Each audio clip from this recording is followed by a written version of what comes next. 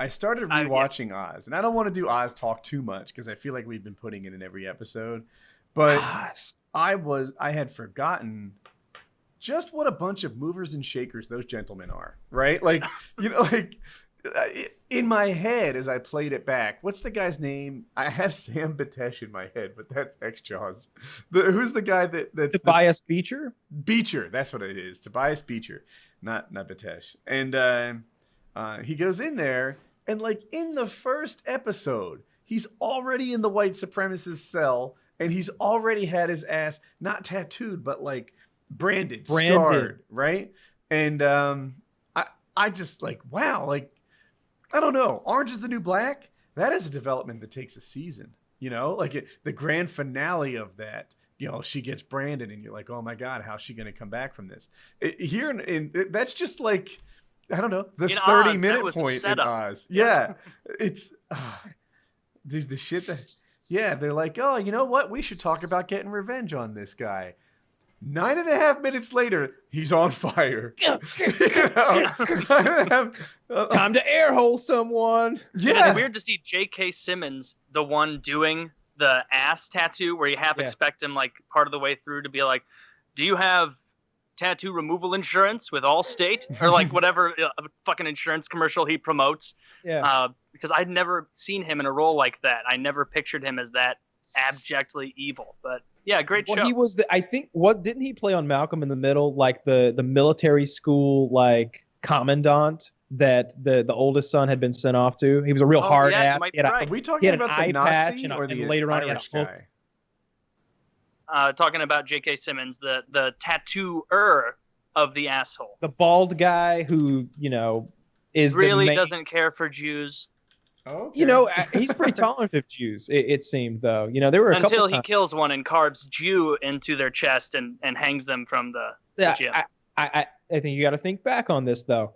That wasn't a racially motivated crime at all. The Aryan Brotherhood felt like that they were like losing ground in the prison. He was like, we need a roadkill to like put ourselves back on the map. Who can we get? Oh, that guy. He's a Jew. I see your point, but that's the definition of racially motivated. That they went, hey, let's get that guy. He's a Jew. But they needed to kill someone. Their one is, let's get him. It wasn't like they were like so mad that this guy was a Jew that they were like, let's get that Jew. He's got to die. They never do that. Much safer in prison for the white supremacist to target a Jewish person, because there was no like holy roller group for the Jewish individuals. No, a bunch of Hasidic hard asses over there with the long curly things in the front. They're like shooting dice. Yeah, they don't even do like direct threats like, oh, maybe your family loses all of their money in the market. I mean, who's to say what could happen? It fluctuates. I mean, some of my friends may control your finances. That would be very unfortunate for your family and your family's future, no doubt. Like just that kind of threat, just like such highbrow that they're like, well, fuck. I don't know if we should kill him. Like, it sounds like he really has our number. First I kill him. This whole diatribe about my Roth IRA. Right. My whole life is in doubt now. Use a lot of words I didn't know. I don't even know. Do I have a 401k? First I kill him, and now I'm extended in short positions. I don't know what happened. Yeah, but that was something that I even thought about at the time, is when they're like, oh, we need a rogue kill or road kill, whatever they said.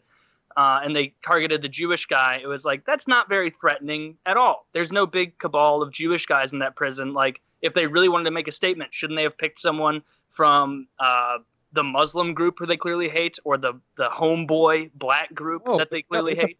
Kill. It shows that they're violent and they're willing to do some scary shit. But at the same time, they don't piss anybody off because there is no Hasidic hit crew out there. If they hit a homeboy, now they're at war and they're already in kind of a weak position. They're feigning power. They're trying to make themselves puff themselves up by like killing a Jewish guy who can't really defend himself and doesn't have any backup.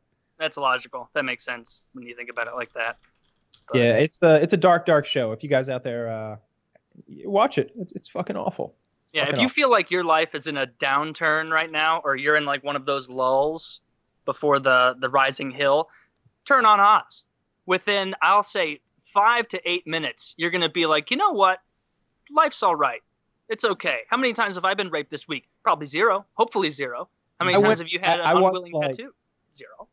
I watched 4 hours of Oz in one sitting, and I got up and I walked outside and I just looked up at the sun and went, Right? that's so nice to be out here in this fresh air, even though it's hot as hell. You know, I can fucking do that.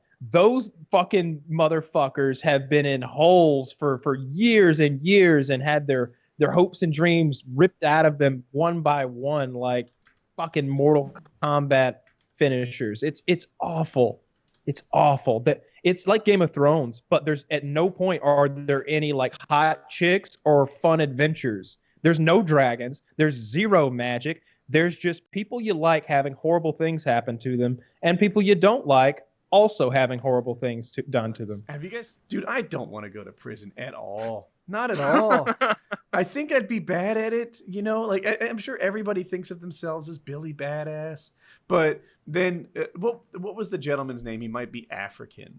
That was Adebisi. Adebisi. Nigerian. He's Nigerian. Okay, yeah. So there's this Nigerian guy who, look, I don't know how tough you are, but I bet Adebisi can beat you up, right? Listener, I'm talking to. Adebisi is what, 6'5" and full of muscle, and he just and crazy, a crazy person, which He's is very scarier scary. than any physical trait, because it could be like a little wiry guy, but if he's crazy, it's like that guy can kill you with a sharpened toothbrush standing behind you just as easily as a jacked guy. So I feel like being crazy would be a good defense strategy, but even then it'd be hard to fake crazy. He will beat up your backup and then butt fuck you in the kitchen. Yes, That's he what will. Adebisi will do to you. Yeah, and Adebisi, I don't know if he'd consider himself gay, but he sure likes fucking men, right? So that's a thing that you have to. Oh, consider. he's not gay. I do the fucking. I make them gay. It's a huge amount of homophobia for people who are regularly fucking other men. They're all they're like, yeah, even the have a group. Hey, don't let that boxer beat us. Meanwhile, like the night before, he's making out passionately with another man and then like fucking that guy in the ass or something. Like they're not just, it's not just like hand jobs and like awkward oral. These guys are like really getting into it in a lot of situations. Like I don't know, you put me in there for 30 years, we're gonna have to make something happen. It's like, all right, get down there. I'll look this way, and you just don't look anywhere, and we'll figure this out. But these guys are just like, yeah, they're really making out. It's passionate sometimes, and there is more dick in that show. If there's anyone out there and you haven't pulled the trigger on watching Oz yet, there's more cock in that show than in Wings of Redemption's backyard ever had. It reminds me of my old hockey locker room days. Really? It had that much cock? Because there's 10 cocks in an episode. 10 cocks. I have seen every guy. I can remember. I know who's got the biggest cock. Really? No, I yeah. If you play on an ice hockey team, you'll see everybody's cock by week 2. Like Keller, the Stabler from Law and Order SUV, biggest cock. Smallest cock is that guy from Dexter who played like the big fat Spanish detective in Dexter. Oh yeah, he's the Hispanic guy, the leader. And he's the big kind of chubby Spanish leader in Oz. Very small penis. And he has this long hallway scene where he walks toward the camera and his dick like they added, it's like 3 or 4 seconds of just this, and it's just his cock, just like doing this. Is it doing that thing like that small dicks do, where like your balls are there and the penis is kind of just like slapping the top of the balls? It's up on top of the balls. It can't see over them. It's sitting on top. Yeah. And, although I mean, mine would probably be pretty fucking tiny if I'm naked and being sent to the hole, right? Like might not be your best moment. Yeah. Yeah. However, he's not being sent to the hole. He's an actor in a warm studio, and he probably like gave it a quick tug before the cameras went on. So judge him that way. Lord Don't judge knows, him as a if I was in being that sent to the hole. position, I'd be semi, but for sure. Yeah. It would go up. It would go inside you. It would just boop. I would make sure that I was representing the best version of me. You look down at your cock, it's like popped back into your body. You're like, God, I wish I could do that. I'm going to the hole, and so is it. Yeah. Well, so you give first place to the SVU guy. Yeah, and definitely. Last place to I don't remember he isn't Alvarez. Alvarez is the maniac.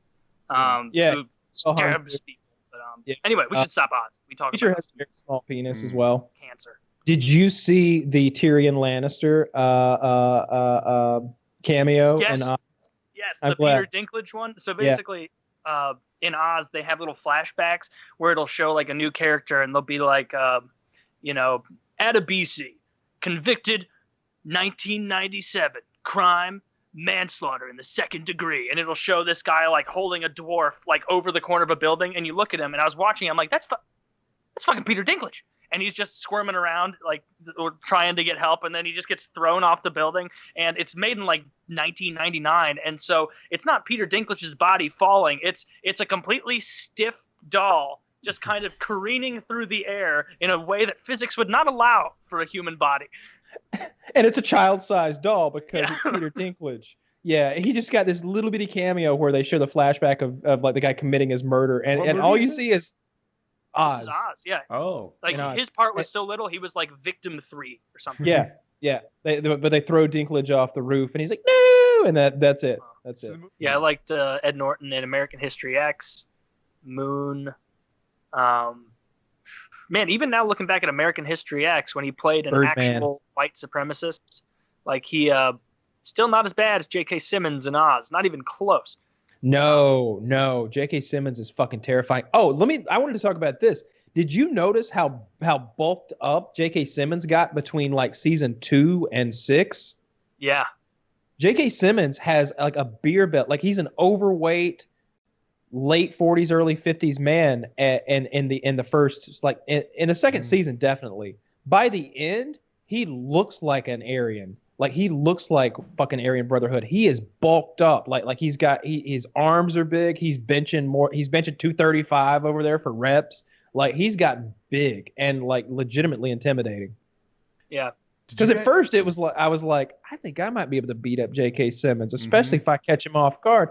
I can knock this guy the fuck out. And then I start seeing like by the end he's over there, just spot me, you fucking pussy. And I'm just like, Jesus, he got huge. It happened out of nowhere. I just noticed it all of a sudden, and he was big. I've been watching Oz. I missed some of the details because I like watch it as I fall asleep. But I don't know. It's a hard show to watch. I don't recommend it. I do. I mean, I do literally, but I don't think that anyone who wants to enjoy a show should watch it unless you really are going to enjoy like it's chaos and it's violence and it's gore at its core. There's other stuff going on, but there's a lot of chaos and there's a lot of violence and it's very unpredictable. I'm almost done. I've literally got 30 minutes left in the whole thing. I'm on the last episode, 30 minutes to go, and I had to go to sleep last night because I had to be up early this morning.